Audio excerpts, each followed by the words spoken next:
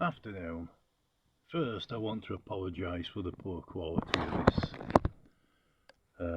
tablet that I'm recording this with.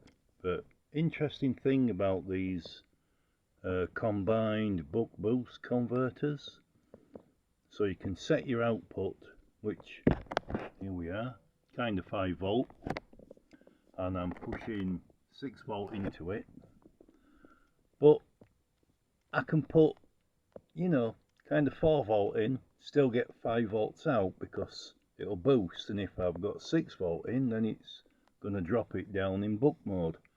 I can take this quite a way up. You know, there we are, 24 volts in, and virtually no difference on the output. Now what's going to be interesting, let me just move this to where we can probably see both of them. There we are. Right, we'll go back down in voltage, 24 in, 5 out, 6, 15, 16 in, 5 out, 12, 11, 10, whatever in, 5 out, and we'll keep going down. Now most buck converters, you need to be 2 volts above. So if you want 5 out, you've got to be putting 7 or 8 in. And there we are, it shows it's working at 7 or 8 in, and all's fine. Even at 5 in, we get 5 out. 4 in, we get 5 out. So you could use this to boost a single lithium cell up to 5 volts, but for God's sake don't. Watch what happens when I take this down to 3 volts, which you would do with a battery as it discharges. We'll go down to 3. Watch the output. It's going to go off in a second. Oh, set it to 3. I said 3. There we go. Watch. Whoa, it's dropped to nothing, and then boom. It's now putting 13 volts out.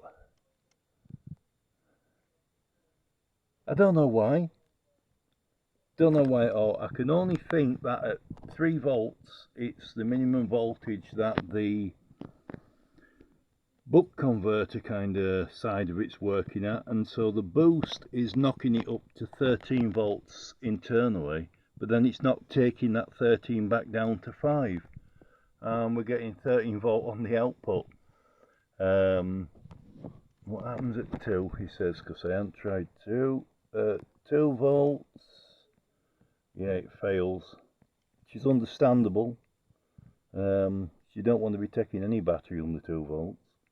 But at 3, well, we know what's going to happen when I put it to 3. There we are. Oh, nearly 15 volt that time. So yeah, if you've got that connected to some, what the hell, 23 volts now, because we're putting out 3.45. Let's just knock this up a little bit more. For some reason my power supply says no. Let's turn it off and on again. There we are. We're back to normal operation.